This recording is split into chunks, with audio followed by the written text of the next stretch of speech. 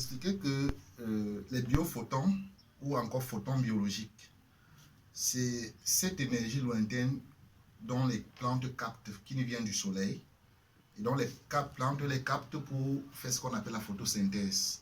Et donc lorsque nous mangeons les plantes crues, et donc nous absorbons cette énergie-là qui sont très importantes pour nos cellules mitochondriales.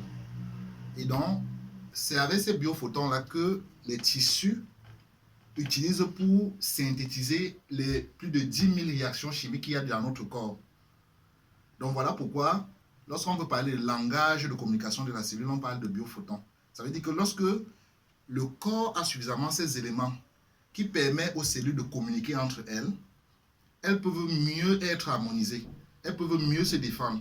Donc c'est un peu comme si tu envoies par exemple les soldats en brousse et qu'il n'y a pas une communication entre l'état-major de l'armée et ceux qui sont sur le terrain, il y aura rupture de communication. Et lorsqu'il y a rupture de communication, les militaires peuvent se comporter n'importe comment. Ça veut dire les cellules peuvent se comporter n'importe comment. Elles peuvent se multiplier d'une manière anarchique. On parlera de cancer. Elles peuvent, par absence de communication, ne pas bien coordonner les éléments dont elles ont besoin. Ça veut dire elles s'auto-mourir, elles s'auto-détruisent. Et là, on va parler de suicide. Donc, les cellules meurent sans avoir atteint leur objectif, ce pourquoi ils sont créés. Voilà pourquoi les biophotons ou photons biologiques sont très importants pour la cellule.